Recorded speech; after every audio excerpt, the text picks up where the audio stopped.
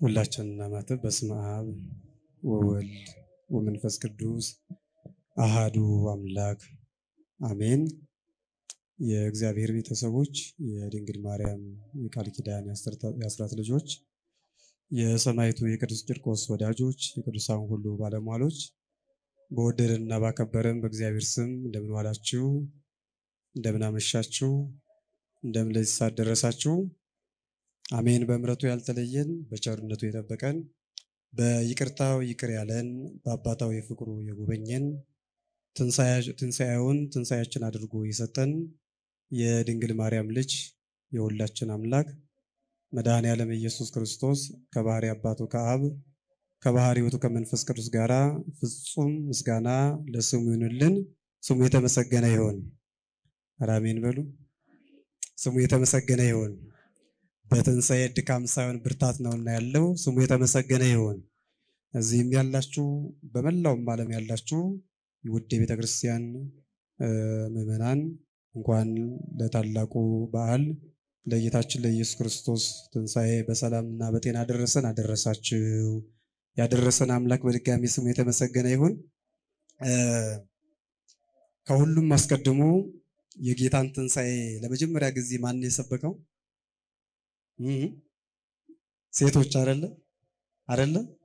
ለመጀመሪያ ጊዜ እንደተናገረ ተነስቷል ብለው መላእክት የነገሯቸውን ከሰው ወገን ማለት ነው።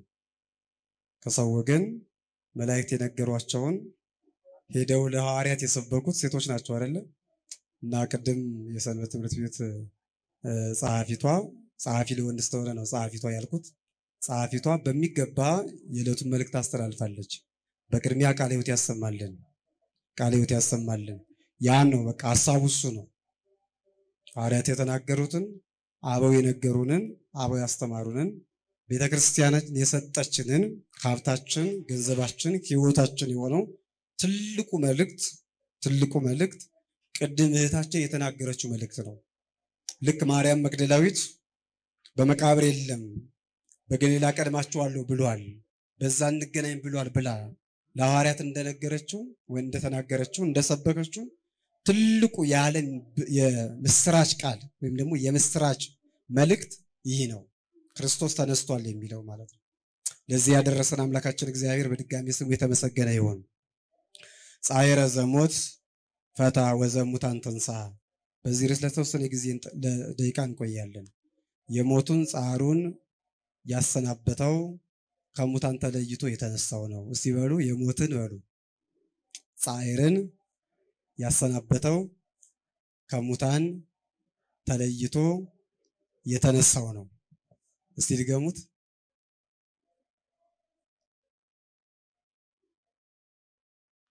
በሉ እንጂ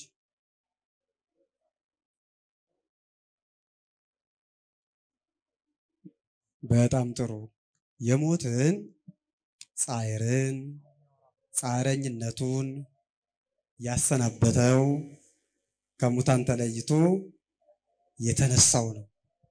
እዚህ ሁለት ነገሮች አሉ ማለት ነው። አንደኛ የሞት ጻር አለ፣ ሁለተኛ ደግሞ ሞትን ያሸነፈ ትንሣኤ አለ። በሁለቱ ጽንፎች ወይም ደግሞ በሁለቱ ምሰሶች መካከል ሆነን ነው የምንሄደው። እግዚአብሔር ሰውን የወደደው ሰውን ያከበረው ገና ሊፈጥረው ሲያስበው ነው። ሊፈጥረው ያሰበውን ባሪያውና በምሳሌ ኋላ የሚፈጥረውን የሰው ልጅ ከመፍጠሩ በፊት ለሰው ልጆች የሚሆኑትን ነገር በሙሉ አዘጋጀለት። አብዛኞቻችሁ ወይም ደግሞ ሁላችሁ ማለት እስከሚቻል ድረስ መጽሐፍ ቅዱስ አንባቢ ውስጥ ስለሆናችሁ ወደ ውስጥ ገብቻ አልተረክም። ግን ለመንደርደሪያ እንዲመቸን ያህል ስነ ፍጥረትን ሲፈጥር አዳምን ያደረገው የመጨረሻው ፍጥረትን ያደረገው የመጀመሪያው ምንድን ያደረገው? የመጨረሻው ምንድን ያደረገው? ፍጥረትን ያደረገው መደምደሚያን ያደረገው በሐሳብ የመጀመሪያን ያደረገው በእቅድ የመጀመሪያውን ያደረገው በሐሳብ የመጀመሪያው ያደረገውን የሰው ልጅ በእቅድ የመጀመሪያው ያደረገውን የሰው ልጅ በተግባር ደግሞ መደምደም ያደረገው መጨረሻ አደረገው መጀመሪያ በሐሳብ ነበረ መጨረሻ በተግባር ተገለጠ ግን አስቀድሞ ምን ተደረገለት የሚያስፈልጉት ነገሮች ከጠባቂ እስከ ሚታዘዙት እስከሚበላቸው እስከሚመገባቸው እስከሚጠጣው መጠጥ ድረስ እስከሚያዛቸው ድረስ ለዚህም በሙሉ አስተካክለለት ለምሳሌ የሚጠብቁትን መላእክትን አዘጋጀለት የሚታዘዙትን እንስሳትን አዋፋትን አዘጋጀለት የሚመገበውን ምግቡን አዘጋጀለት የሚኖርባትን ምድረ ገነትን አዘጋጀለት የሰው ልጅ እንዲኖር የተፈጠረለት ቦታ ገነት ነው ይሄ አይደለም ይሄ ምድረ ፋይል ነው የሚባለው ከበደል በኋላ የመጣብን ጉዳይ ነው የሰው ልጅ እንዲኖር የተፈጠረው በገነት ውስጥ ብቻ ነው እንዲኖር የሚኖርበትን አዘጋጀለት ሁሉን ነገር አስተካከለለት ካስተካከለለት ካዘጋጀለት ከሰራለት በኋላ የሰው ልጅ አንድም ንጉስ ነውና አንድም ሙሽራ ነውና አንድም የጸጋ አምላክ ነውና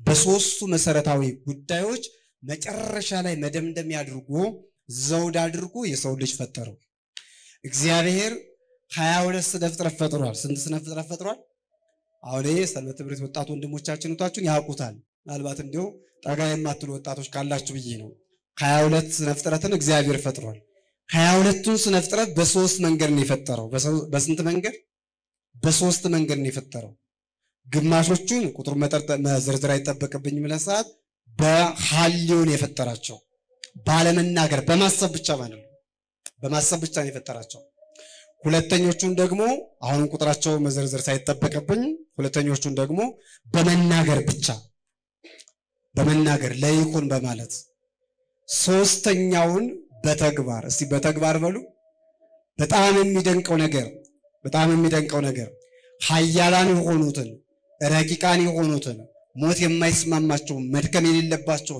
መላእክትን እንኳን ሳይቀር በሐልዮ ፈጥሮ በምን ፈጥሮ እንግዲህ ከሐልዮ ከተፈጠሩ ፍጥረ መካከል አንዱን ጠቀስኩላችሁ ማለት ነው መላእክትን እንኳን ሳይቀር ፈጥሮ በሐልዮ በኃይል በጉልበት ከመላእክት የሚያንሰውን ደግሞ በክብር ደግሞ ከመላእክት በላይ የሆነውን ሰው ልጅ ጋር ሲመጣ ግን በተግባር እንደፈጠረው በምንድነው የፈጠረው በተግባር እንደፈጠረው ተግባር ማለት በእጅ በመንካት የሰውነት ህዋሳትን በመስራት መጨረሻ ላይ የእስትንፋስን እፍ በማለት ምንድነው የሚለው እግዚአብሔር አዳምን ከፈጠረ በኋላ የህይወትን እስትንፋስ እፍ አለበት ፍጹም ነፍስ ያለው ፍጡር ወይም ደግሞ ሰው ሆነ ይላል ሰው ማለት የባህሪያችን ስም ነው የምናችን ስም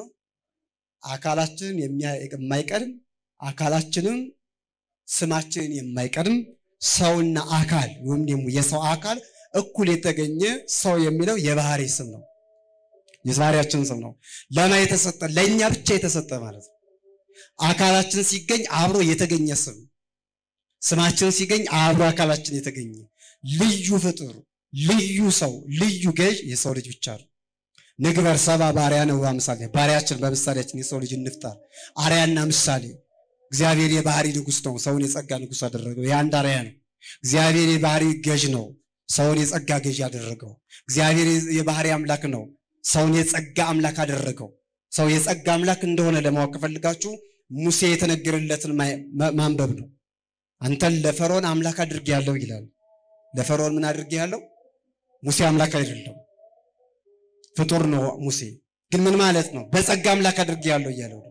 ያ ማለት ምን ማለት ነው ስንል የሰው ልጅ በጸጋ ለፍጡራን ሁሉ ምንድነው ማለት ነው አምላክ ተደርጎ ተፈጥሯል ማለት ነው አምላክ ስላችሁ በደንብ ቃሉን ተረዱኝ እሺ አደራችሁን ቃል እንዳሰነጥቁ የጸጋ አምላክ ነው ያልኩት የባህሪ አምላክ አላልኩም የጸጋ አምላክ ተደርጎ ተፈጥሯል አንደኛውና ዋነኛው አርያና ምሳሌ የሚባል እዩ እግዚአብሔርን ሰውን ባሪያውና በምሳሌ ፈጠረው ማለት እሱ ነው ሌላው እግዚአብሔር የማይሞት ነው ሕያው ባህሪ ነው የሰውም ልጅ ጥንቱንም ሲፈጠር ሕያው ባህሪ ተደርጎ ነው የተፈጠረው በጸጋ የማይሞት ሕያው ባህሪ ተደርጎ ነው የተፈጠረው እግዚአብሔር ሞትን አልፈጠረም እንደምታውቁት ነው የማታውቁላችሁ ሞት ፍጡር ነው አይደለም ሞት ፍጡር ነው አይደለም አይደለም በጣም ጥሩ ፍጡር አይደለም ሞት ሐሳብ ያመጣው ወይም ደግሞ ክፉ ምኞት የወለደው ክስተት ነው ጥበበኛው ሰለሞን በመጽሐፈ ጥበብ ምን ይላል? እግዚአብሔር ሰይሰራ ሞት አላረሲያን ጸውው አምሰልዋርከ እግዚአብሔር ሞትን አልፈጠረም የሰው ልጅ እንዲሞት ወደ መቃብር እንዲወርድ እንዲፈርስ እንዲበሰብስ እግዚአብሔር ሰውን እንደዚህ አድርጎ አልፈጠረው ሞትንም አልፈጠረው ሚልና አላረሲያን ጸውው አምሰልዋርከ ነገር ግን ጎስቋሎች አዳምና አዳም ያው ከሰት በኋላ ጉስቁልና ስላገኛቸው ማለት ነው ከሰት በኋላ መዋረድ ስላገኛቸው የእግዚአብሔርን ትእዛዝ አልቀበልም ያሉ አዳምና ሔዋን በገዛ ፍቃዳቸው እግዚአብሔርን አልሰማም በማለታቸው ሞትን ወደ ራሳቸው አመጡት ጋበዙት ወዳጅም አደረጉት እስከ 5500 ዘመን ድረስም ገዛቸው ይላል እዚህ የሰው ልጅ ሕያው ባህሪ ተደርጎ የተፈጠረው በጸጋ ይሄ ነው ሌላኛው እግዚአብሔርን ይመስላል የተባለበት ታዲያ ታሪኩን ላሳጠረውና በጸጋ ሕያው ባህሪ ተደርጎ የተፈጠረ በጸጋ አምላክ ተደርጎ የተፈጠረ በጸጋ ገዥ ንጉስ ተደርጎ የተፈጠረ በጸጋ የፍጡራን ሁሉ ዘውድ መደምደሚያ የፍጡራን ሁሉ መታወቂያ መገለጫ እግዚአብሔር የተገለጠበት ወይም እግዚአብሔር አምላክ መሆኑ የተገለጠበት ትልቁ ፍጡር ማን እንደሆነ ታውቃላችሁ ይላሉ ሊቃውንት ሰው ብቻ ነው ከመላእክትም ከእንስሳትም አሁን ስነ ፍጥረት እግዚአብሔር እንዳለ ያሳውቃሉ አይደል ይላል እኮ መጽሐፍም እግዚአብሔርን ከምናውቅባቸው አንደኞቹና ዋሪዎቹ ስነ ፍጥረት ናቸው አይደል ከነዛ ሁሉ ተለይቶ ይላሉ ሊቃውንት ከነዛ ሁሉ ተለይቶ እግዚአብሔር መኖሩን የምናውቀው እግዚአብሔር ገዢ መሆኑን የምናውቀው ከቃሉ ጋር ናችሁ ግን እግዚአብሔር ከሁላችን ጋር ይሁን እግዚአብሔር መኖሩን የምናውቀው ገዢ መሆኑን የምናውቀው በሰው ነው ይላሉ በማን ነው በሰው ነው በመላእክትም አይደለም አሁን መላእክት አያሳውቁም ማለት አይደለም በሌሎችም ስነ ፍጥረት አይደለም ሌሎች ስነ ፍጥረት አያሳውቁም ማለት አይደለም ከነዛ በላይ ማለት ነው ከነዛ በተሻለ መልኩ ማለት ነው የሰው ልጅ ዓለምን ሲገዛ ስታይ ይላሉ ሊቃውንት የሰው ልጅ ዓለምን ሲገዛ ስታይ እግዚአብሔር የባህሪ ገዢ እንዳለ እወቅ የባህሪ ምን እንዳለ የባህሪ ገዢ ሆነ ማን እንዳለ መላእክት ይገዛሉ አይገዙም መላእክት አይደል መላእክት ለሰው ሳይቀር ተገዢዎች ናቸው በጣም የሚደንቀው ነገር ለእግዚአብሔርም ለሰውም ሳይቀር ተገዢ ናቸው ቢሆን ምን ያንሰዋል ምንም ግን አልተፈቀደለትም እና ምናሉ ሊቃውንት ዓለምን የሰው ልጅ ዓለምን ሲገዛ እንስሳትን አዋፋትን ምድርን እንደወደደው እንደፈቀደው ሲገዛ ስታይ አንድ ነገር ትዝ ይበል የባህሪ ገዥ ማን እንዳለ እግዚአብሔር እንዳለ የሰው ልጅ ሲጸነስ ከዛ ሲወለድ ከዛ ደግሞ ሲያድግ ሁሉን ሲያውቅ ሲረዳም የባህሪ አዋቂ በማህፀን ውስጥ ያለን ጽንስ የሚጠብቅ ሲወለድ ታፍኖ እንዳይሞት የሚጠብቀው አምላክ እንዳለ አካል ዘያክልን ሰጥቶ የሚያሳድግ ፈጣሪ እንዳለ እንዳትረሳ እንዳዘነጋ እንስሳትን አዋፋትን ስትመለከት የነዛ ግን አስተዳዳሪ የነዛ መሪ ሰው እንደሆነ ስታውቅ የሰውም ደግሞ መሪ እግዚአብሔር እንዳለ አትዘንጋ ይላል እዚህ እግዚአብሔር መኖሩን የምናውቅበት ትልቁ ማን ነው ካላችሁኝ አንተ ነህ አንቺ ነሽ እኔ ነኝ ከሁሉም በላይ ደግሞ በጣም የሚደንቀው ከሁሉም በላይ አንተ ሰው አንተ እኮ የሥላሴ ምሳሌ ነህ ይላሉ እስቲ በሉ አንተ ሰው በሉ የሥላሴ ምሳሌ ነህ አንቺም እንደዛው አንተም እንደዛው እኔም እንደዛው ማለት ምን ማለት ነው አንተ አንድ ሰው ነህ ስንት ሰው ነህ ግን ሶስት ነገሮች አሉክ ስንት ነገሮች ግን ስንት ነገሮች አሉ የማይለያዩ የማይቀዳደሙ የማይበላለጡ እንዴው በአዛኝቱ በደንብ ስሙ የሰው ልጅ እግዚአብሔርን እየሰበከ እንደሚኖር ተመልከቱት አካሉ ውስጡ ማንነቱ ተፈጥሮ እግዚአብሔርን ይሰብካል እግዚአብሔርም ትልቅ መጽሐፍ ያስቀመጠው ሰው ላይ ነው ይሁላችሁ ኦሪትም ከመጽሐፉ በፊት ወንጌልም ከመጽሐፉ በላይ የሰው ልጅ እግዚአብሔር ትልቁ መጽሐፍ ያስቀመጠው ማላይ ነው ሰው ላይ ነው ያስቀመጠው ስለ ሥላሴነቱ መታወቂያ ሰው ላይ ነው ያስቀመጠው ስለ አንድነቱ መታወቂያ ሰው ላይ ነው ያስቀመጠው ስለ ገዥነቱ መታወቂያ ሰው ላይ ነው ያስቀመጠው ስለ አምላክነቱ መታወቂያ ሰው ላይ ነው ያስታወቀው አብ ልብ መሆኑን ሰው ውስጥ አስቀምጧል ወልድ ቃል መሆኑን ሰው ውስጥ አስቀምጧል መንፈስ ቅዱስ ትንፋስ መሆኑን ሰው ውስጥ አስቀምጧል በባህሪ በመለኮት በአገዛዝ በስልጣን አንድ አምላክ መሆኑን ማን ውስጥ አስቀምጧል ሰው ውስጥ አስቀምጧል በስም በአካል በግብር ሶስት መሆኑን ማን ውስጥ አስቀምጧል ሰው ውስጥ አስቀምጧል። ሥላሴን እየሰበክ መሆኑን ሥላሴን እየሰበክሽ መሆኑን እንዳትረሺ ነው ሐሳቡ። ምን ማለት ነው? ልብ አለን፣ ቃል አለን፣ ምን አለን? እስትንፋስ አለን። እግዚአብሔር አብ በልብ፣ እግዚአብሔር ወልድ በቃል፣ እግዚአብሔር መንፈስ ቅዱስ በእስትንፋስ። ግን ስንት ናቸው በመለኮት? እኛም ስንት ነን? አንድ ነን። ይሄን ለመመራመር ከፈለክ አንድ ጥያቄ ልጠይቅ፣ ይሄንን ከመለስክልኝ መመራመር ትችላለህ ይላል እነ ዮሐንስ አፈወርቅ፣ እነ ጎርጎርዮስ ዘአርማንያ። እነዚህ ይህን ጥያቄ ይጠይቃሉ። እነ ለእስክንድሮስም ይህን ጥያቄ ይጠይቃሉ። በአንተ ውስጥ ያለችውን ነፍስ አይተሃት ታውቃለህ ወይ? በአንቺ ውስጥ ያለችውን ነፍስ አይተሻት ታውቂያለሽ ወይ ይሉና ራሳቸው መልሱን ይመልሱታል። አታያትም፣ አታያትም። እንደዚህ ሁሉ የእግዚአብሔር አኗኗር ረቂቅ ነው፣ ጥልቅ ነው፣ ከአእምሮ በላይ ነው።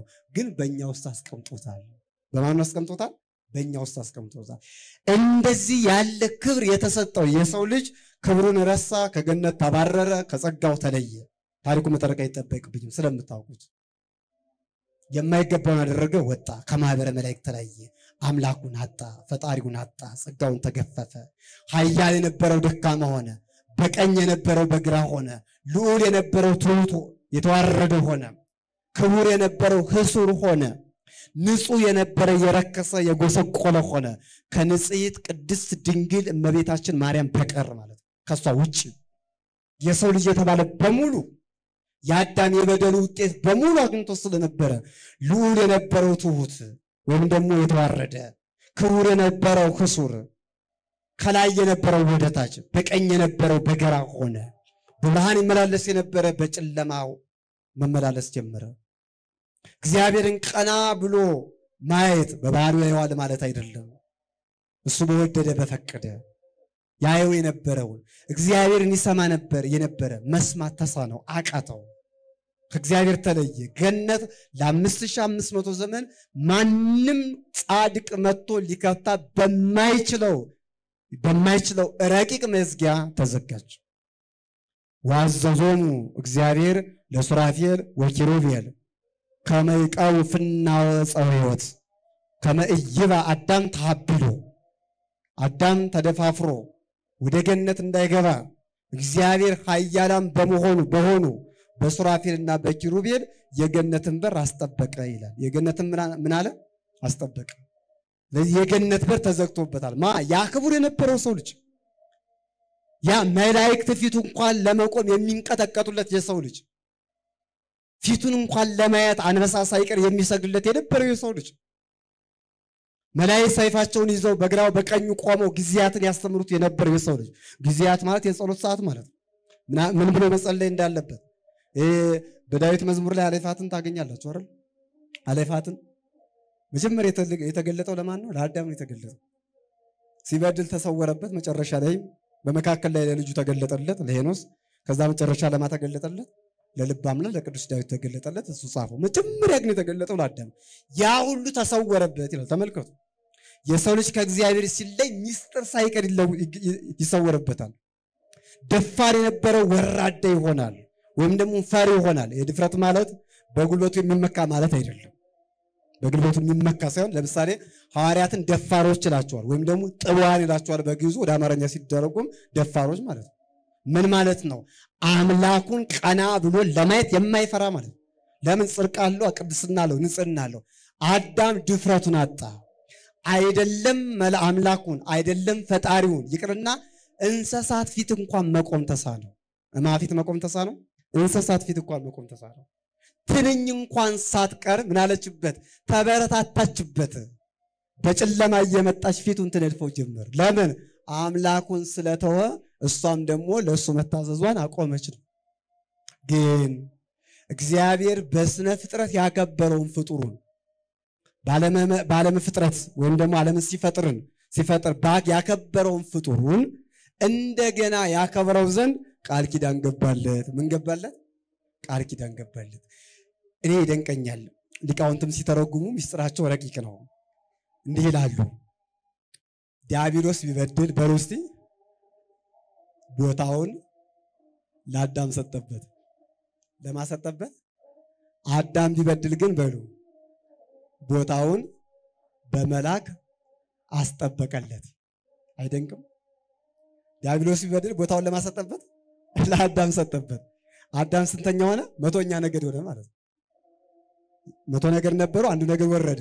አዳም በዛ ቦታ ተተካና ስንተኛ ሆነ ማለት ነው? 100ኛ ሆነ። መበደል አልቀረም፣ አዳም በደለ። ቦታውን በማን አስጠበቀለት? አስጠበቀበት አይደለም፣ አስጠበቀለት። በእናለ ትርጉም ስላለው በእኛ በቤተክርስቲያን ተርጓሙ አስጠበቀለት ለሲል ወይም አስጠበቀለት ሲል ምን መመልከት አለባችሁ መሰላችሁ ክርስቲያኖች? የእግዚአብሔርን ፍቅር፣ ለሰው ልጆች ያለውን ፍቅር፣ ለሰው ልጆች ያለውን አመለካከት እንዴት አድርጎ እንደሚወደን አስጠበቃቸው አላለም። አስጠበቀበት አላለም። የክፉ ነዋ፣ የጥላቻ ነዋ፣ ያለ መውደድ ነዋ። የፍቅር እንደሆነ ሲነግረን አስጠበቀለት። በብርሃን ሰይፍ አስጠበቀለት። መላእክት የአዳምን ቦታ እንዳይነኩ አስጠበቀለት። ራሳቸው እየጠበቁ ራሳቸው እንዳይነኩ እንዲጠብቁ አደረገለት ነው። ቃል ኪዳን ገባለት። ምን ብሎ ቃል ኪዳን ገባለት?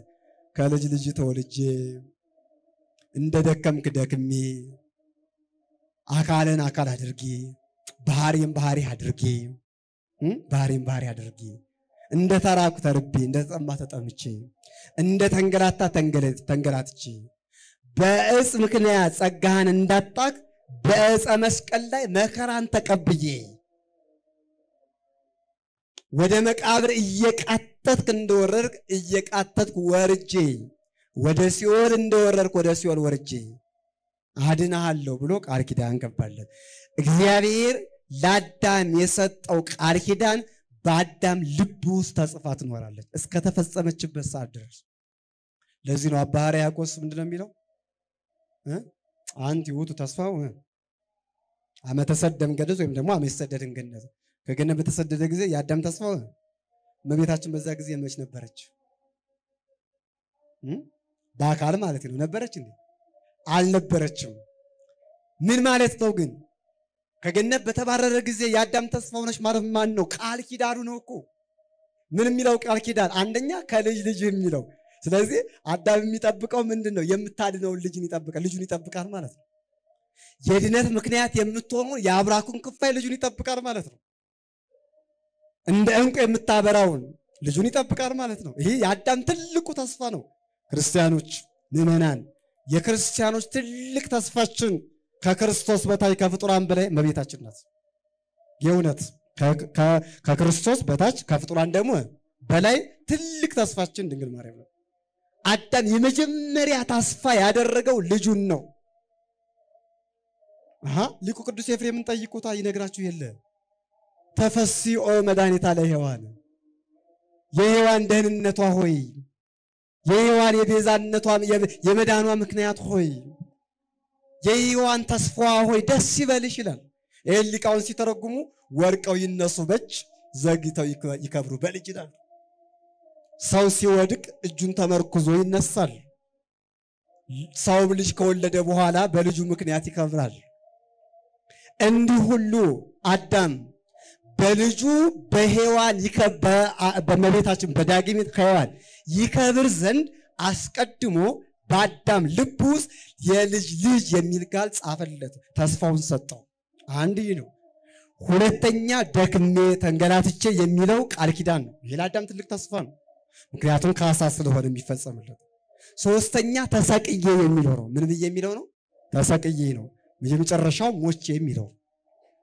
እነዚህን አሁን የነገርኳችሁን ተስፋ አዳም ይዟቸው ይኖራል። ግን የጊዜው ጊዜ የተፈጸመው ቶሎ አልተፈጸመም። ያ እስኪፈጸም ድረስ ብዙ ነቢያት ተነሱ፣ ብዙ ቅዱሳን ተነሱ። እንደው በወፍ በረር የተወሰኑትን ላንሳላችሁ ግልጽ እንዲሆንላችሁ። እግዚአብሔር የሰጠው ቃል ኪዳን ሲፈጸም ብቻ እንደሆነ ዓለም እንደሚድነው ሲያሳይ፣ ግን ብዙ ቅዱሳን ተነስተው ሳለ በአንዱም ቅዱስ ያይደለ በብዙዎች ቅዱሳን ዓለም መዳን እንዳልቻለ በወፍ በረር ላሳያችሁ። በሕገ ልቦና አብርሃምን የሚያክል ጻድቅ ተነሳ። ማንም ያህል ጻድቅ? አብርሃምን የሚያክል ጻድቅ ተነሳ። ከቃሉ ጋር ናችሁ? እግዚአብሔር ከሁላችን ጋር ይሁን። አብርሃምን የሚያህል ጻድቅ ተነሳ። እንግዳ ቢመጣ ተቀብሎ የሚያበላ እግር የሚያጥብ መኝታውን ለቆ እንግዳን የሚያስተኛ እንግዳ ካልመጣ የማይበላ የማይጠጣ እግዚአብሔር ሳይቀር ባንደበቱ በአርግ በዲበ ምድር ዘውቱ አብርሃም በምድር ላይ ወዳጅ አለኝ እሱም አብርሃም ይባላል ብሎ በዓለመ መላእክት ለመላእክት የመሰከረለት የነገረለት መላእክትም በአማን አብርሃም አርከ እግዚአብሔር ብሎ የመሰከሩለት ጻድቅ ተነሳ። ከማብላቱም ከማጠጣቱም በላይ እሺ ብሎ የተስፋውን ልጅ ይስሐቅን ሊሰዋ ወደ ተራራ ይዞ የወጣ በታዛዥነቱ እግዚአብሔርን ያስደነቀ ጻድቅ ነው። አብርሃም ለልጁ ያራራ የጸጋ ቸር ነው አብርሃም።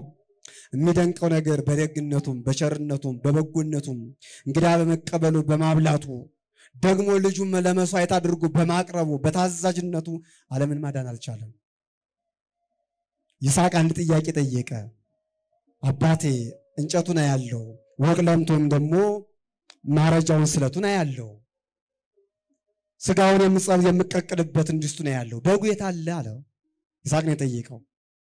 አብርሃም ምንድን ነው ያለው? በጉኦሰ የአምር እግዚአብሔር። ልጅ በጉንስ ማን ያውቃል ነው ያለው።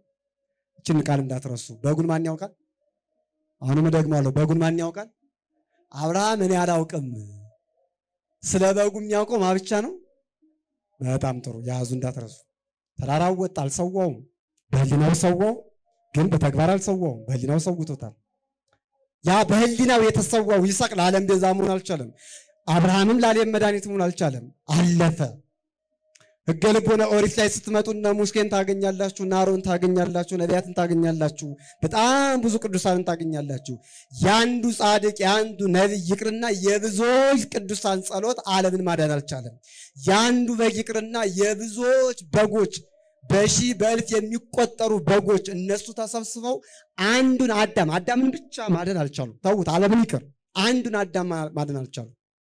አለፈ። ይሄም እግዚአብሔር ጊዜው ሲደርስ ሰዓቱ ሲደርስ በገባው ቃል ኪዳን መሰረት ታላቁ ሐዋርያ ቅዱስ ጳውሎስ እንደተናገረው ዋመ በጻድሚሁ ፈነወ እግዚአብሔር ወልዶ ዋሃደ ወተወልደ እምብእሲት የዘመኑ ፍጻሜ በደረሰ ጊዜ ይላል። የዘመኑ ፍጻሜ በደረሰ ጊዜ ትንቢት ያናገረው ቃል በትንቢት ያናገረው ቃል ሲፈጸም በሱባዔ ያስቆጠረው ዘመን ሲደርስ እሱ የተናገረው ቃል ሲደርስ እግዚአብሔር አብ ቢሉ ተቀዳሚ ተከታይ የሌለውን አንድያ ልጁን ወደዚህ ምድር ውረድ ተወለድ ብሎ ላከው። እግዚአብሔር ወልድ ራሱ ቢሉ በተለየ አካሉ በተለየ ግብሩ በተለየ ስሙ ወደዚህ ዓለም መጣ፣ ተገለጠ። ወዳለበት ዓለም መጥቶ ባለበት ዓለም ተገለጠ ማለት ነው። እግዚአብሔር ባለሙ ሙሉ ነው አይደለም? ባለበት ዓለም ሆኖ ተገለጠ። ከላይም ሳይጎልበት ሳይቀነስ ሳያንስ ሳይታጣ በምድር ላይም ስጋ ሁለተኛ ሳይሆነው ለስላሴ ደግሞ አራተኛ ሳይሆነው በምድር ላይ መጣ፣ ተገለጠ፣ ሰው ሆነ። ባህሪያችንን ባህሪ ያደረገ፣ አካላችንን አካል አደረገ፣ ተገለጠ፣ አየነው፣ ዳሰስነው፣ ጨበጥነው። ዮሐንስ ደግሞ ጳውሎስ የዘመኑ ፍጻሜ የደረሰ ጊዜ እግዚአብሔር አንድያ ልጁን ላከው፣ እሱም ከሴት ተወለደ ያለውን ዮሐንስ ደግሞ በመልእክቱ ምን አለ? አየነው፣ ዳሰስነው፣ ጨበጥነው፣ አብረኑ በላን ጠጣናል። ያ ክርስቶስ ተገለጠ። ክርስቶስ ሲገለጥ ለዓለም ካሳን የጀመረው ከብስራት ነው። እስቲ ብስራት በሉ። ለዓለም መካስ የጀመረው ከብስራት ነው። ሶስት ነጥቦችን ነው ከዚህ ጋር አብሬ የማነሳው። ለዓለም ካሳን የጀመረው በምንድን ነው አልኳችሁ? በብስራት ነው። ይሄ እንዲገባችሁ አዳምና ሔዋን የዲያብሎስን ቃል ሰምተው ጆሮአቸው ምን አደረጉ? አረከሱት። ለኃጢአት የመጀመሪያው ማሰብ ነው አይደል? በቃ እውነት ነው፣ ይሄን ዲያብሎስ የነገረን ነገር እውነት ነው፣ አምላክ መሆን አለብን ብሎ አሰቡ። ሀሳባቸውን ወደ ተግባር ቀይረውታል። ግን አስቀድመው የማን ቃል ነው የሰሙት? የዲያብሎስን ክፉ ቃል ነው የሰሙት። ስለዚህ ያ ክፉ የሰሙበት ቃል ክፉ ቃል የሰሙበት ጆሮአቸው ረክሷል። ስለዚህ ምን ይፈልጋል? ካሳ ይፈልጋል ማለት ነው። ምን ይፈልጋል? የሚክስለት በጎ የምስራች ያስፈልገዋል ማለት ነው። አዳም ክፉ ወሬን ሰምቶ ነበርና በጎ ወሬ መስማት አለበት። ሔዋን ክፉ ወሬ ሰምታ ነበርና በጎ ወሬ መስማት አለበት። በጎ ምስራችን መስማት አለበት። ሊቁ ቅዱስ ኤፍሬምን ጠይቁት እንጂ እናንተዬ። በዓርብ ውዳሴ ማርያም ላይ እንዲህ ይላል፣ አዳምና ሔዋን የዲያብሎስን ቃል ሰምተው ይላሉ። ሲበሉ አዳምና ሔዋን የዲያብሎስን ቃል ሰምተው የአቤል ሞት ምክንያት የሆነውን ቃየልን ወለዱ። ተመልከቱ። አሁን አዳምን የጨመርኩት በትርጓሜው ስለሚል ነው። ቃል በቃል ሔዋንን ብቻ ነው የሚያነሳው ሊቃውን ደግሞ አዳምን ጨምሮበታል።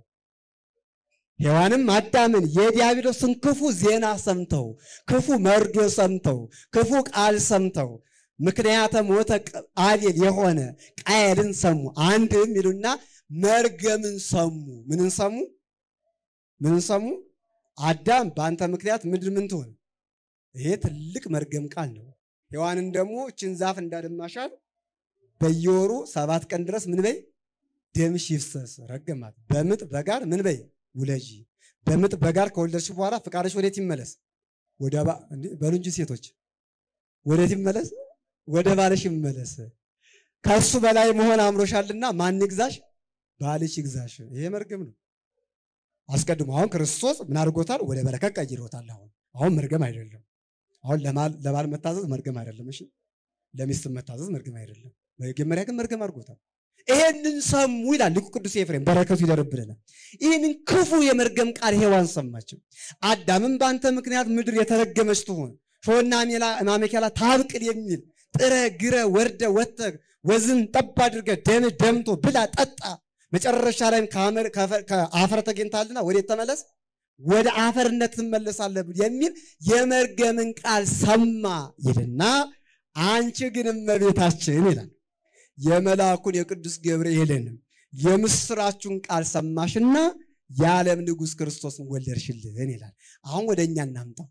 ሔዋንና አዳም የመርገም ቃል ሰምተው ጆሮአቸውን አረከሱ፣ ወደ ዓለሙ መርገም አመጡ። እግዚአብሔር አዳምና ሔዋን የመርገም ቃል ሰምተው የዲያብሎስን ቃል ሰምተው እንደተጎዱ ሁሉ መጀመሪያ ለዓለም ካሳ ያደረገው በገብርኤል አማካይነት የምስራች ነው። የምንድን ነው? ገብርኤል መጣና ተፈሲ ኦ ምልዕተ ጸጋ እግዚአብሔር ምስሌኪ፣ ደስተኛይቱ ሆይ ደስ ይበልሽ እግዚአብሔር ጸጋን የተሞላሽ ሆይ ይላል። አሁን ተመልከቱ፣ ይህ ቃል ለእመቤታችን አይደለም ቀጥታ የመጣው ለአዳምና ለሔዋን ነው። እመቤታችንማ ደስተኛ ናት። እመቤታችንማ ጸጋ የተሞላች ናት። እመቤታችንማ እግዚአብሔር አልተለያትም። መች ተለያት እግዚአብሔር? በማኅፀን ሳለች ታውቀዋለች። ሊቁ ቅዱስ ኤፍሬም ከአዳም አብራክ ውስጥ እንደ ዕንቁ ታበራለች ይላል። ታውቀዋለች፣ ያውቃታል።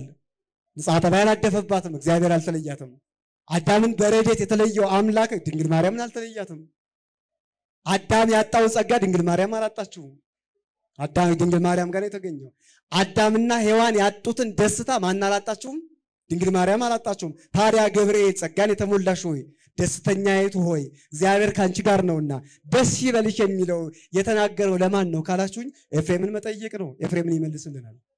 የዓለሙን ደስታ የሆነውን የመልአኩን የቅዱስ ገብርኤልን ቃል የሰማሽ ሆይ ደስ ይበልሽ ይላል ገብርኤል። ማን ነው? ቅዱስ ኤፍሬም። ስለዚህ አዳም በድንግል ማርያም አማካይነት ደስ ይበል የሚል የምስራች ምን ሰማ? ቃል ሰማ። ክርስቶስ በገብርኤል አማካይነት ለዓለሙ የምስራችን ሲነግር ለዓለሙ ካሳን በምስራች አማካይነት አመጣ። ስለዚህ ክርስቶስ ከምስራች ጀምሮ ነው ዓለሙን እየካሰ ዓለሙን እየዳነ ያመጣው እያዳነ እየፈወሰ የመጣው።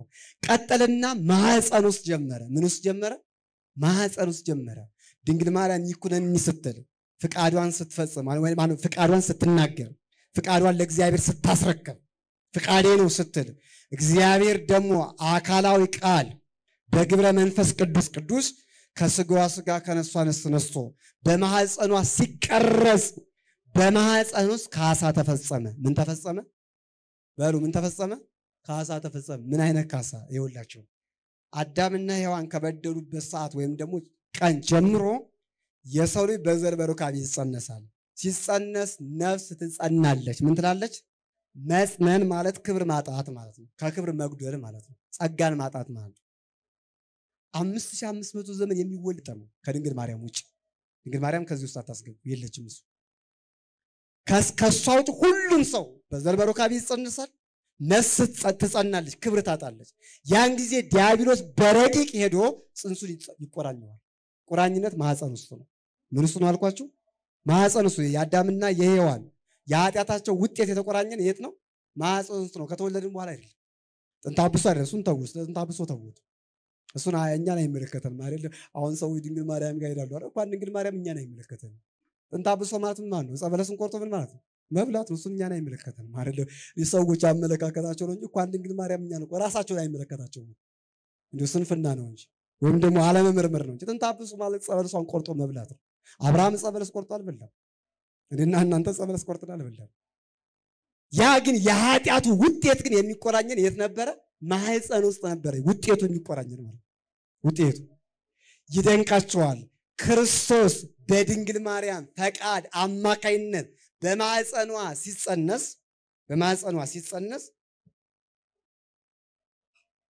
በማህፀኗ ሲጸነስ ዲያብሎስ ይቆራኘው የነበረውን መቆራኘት አጣ። የሁሉም ሴቶች ማህፀን ቅዱስ ሆነ። ስሙ ለዘላለም የተመሰገነ ይሁን። ምን ሆነ? ቅዱስ ሆነ። ንጹህ ሆነ። በማህፀን ውስጥ ካሰ። በማህፀን ውስጥ የቃሰውን መጨረሻ ላይ መስቀል ላይ ደመደመው። ሰዓት እንዳልወስድ እዚህ ላይ ላብቃ። ምስጢሩን እዚህ ላይ ላስፋና ማህፀን ውስጥ በብስራት የጀመረውን ካሳ ማህፀን ውስጥ አስቀጠለ። በማህፀን ውስጥ አስቀጥሎ በጥምቀት የቀጠለውን ያካሄደውን ያሰፋውን ካሳ መጨረሻ ላይ የተደመደመ መስቀል ላይ ደመደመው። መስቀል ላይ የተፈጸመው ካሳ በመንፈሳዊ ወይም ደግሞ በስነ ልቦናም በአካል በሁለቱም ነው የፈጸመው ክርስቶስ። በስነ ልቦና አዳም ስነ ልቦናው ተጎድቷል። ምኑ ተጎድቷል? ስነ ልቦናው ተጎድቷል። በዲያብሎስ ጭፍሮች ተሰድቧል። ይህ ብቻ አይደለም፣ ክፉ ሐሳብ መጥቶበታል። አጋንንት የዲያብሎስ ሰራዊቶች ተፈራርደውበታል። ክርስቶስ መስቀል ላይ በስነ ልቦናው ሳይቀር መከራን ተቀብሏል። ምሳሌ እስቲ አንተ አምላክ ከሆንክ ከመስቀል ላይ ምን በል? በስነ ልቦናው እየጎዱት ነው ማለት ነው። አምላኬ ለምን ተውከኝ ሲል ያው ኤልያስን ይጠራል አምላኩን ይጠራል ብሎ ተዘባበቱበት። ስለማካሳ ስለ አዳም ካሳ ምራቅ ተፉበት። ምራቅ አያቆስልም፣ አያደማም፣ አያምም፣ ያጸይፍ ይችላል እንጂ ክርስቶስ ግን ውስጡን አሞታል። ምን ብሎታል? አሞታል። ስለ ልቦና ነው። ምራቅ በሰው ፊት መጥፋት ምንድነው? ንቀት ነው አይደል? ነው አይደለም? ንቀት ነው። ንቀታቸውን ያሳዩት። አንድ ሰው ደግሞ ሲናቅ በምን ነው የሚጎዳው? በአካሉ ወይስ በስነ ልቦናው? በስነ ልቦናው አይደል የሚጎዳው? በጣም ጥሩ። ስለዚህ ምራቃቸውን ሲተፉበት ክርስቶስ ተቆርቷል፣ ታሟል ማለት ነው። ያ ህመም የስነ ልቦና ህመም የማን ህመም ነው? የአዳም በሉ እንጂ የማን ህመም ነው? የአዳም ህመም ነው።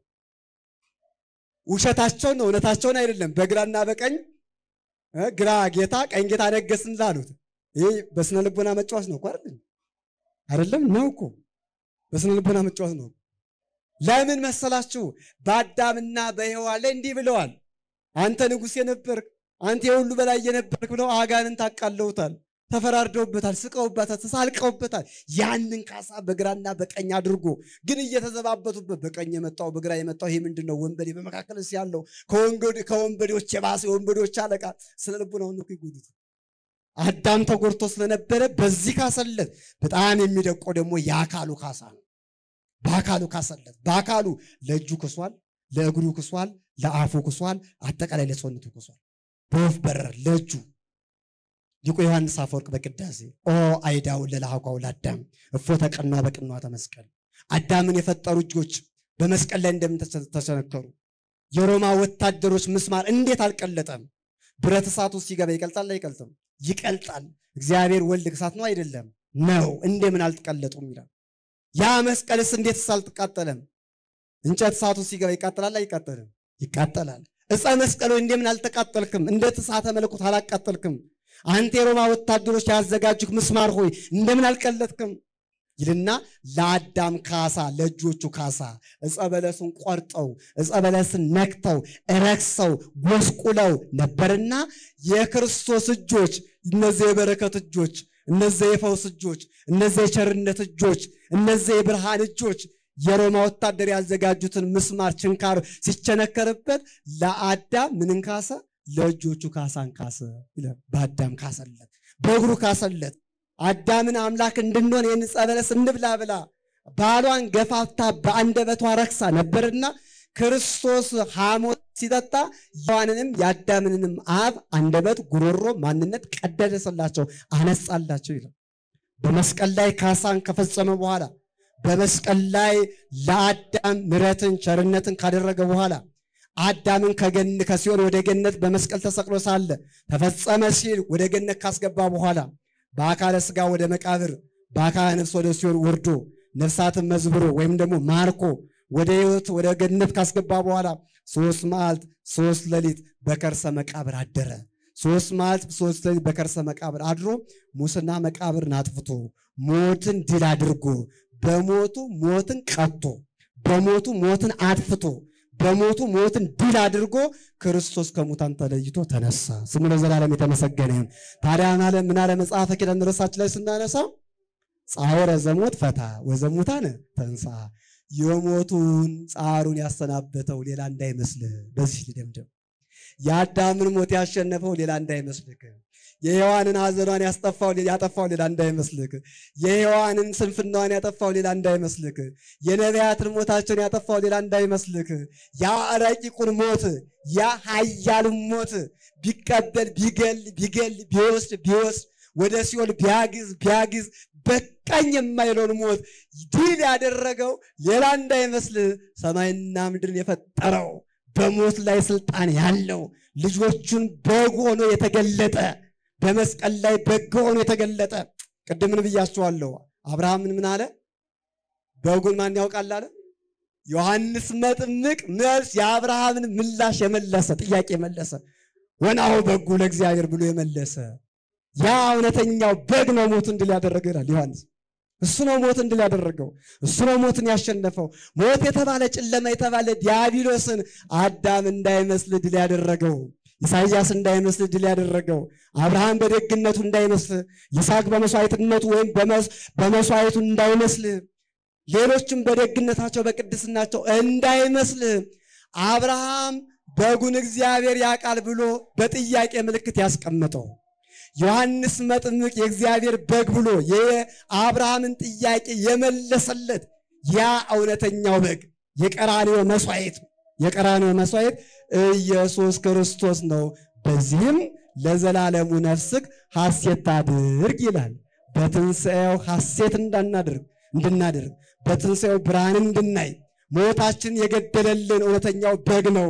የማይናገረው ግን መናገር የሚችል የማይቀየመው ዝም ያለ ቸር አምላክ የሆነ እርሱ ነው ብለን እንድንናገር አንደበት የተሰጠን አምላካችን እግዚአብሔር ስሙ የተመሰገነ ይሁን።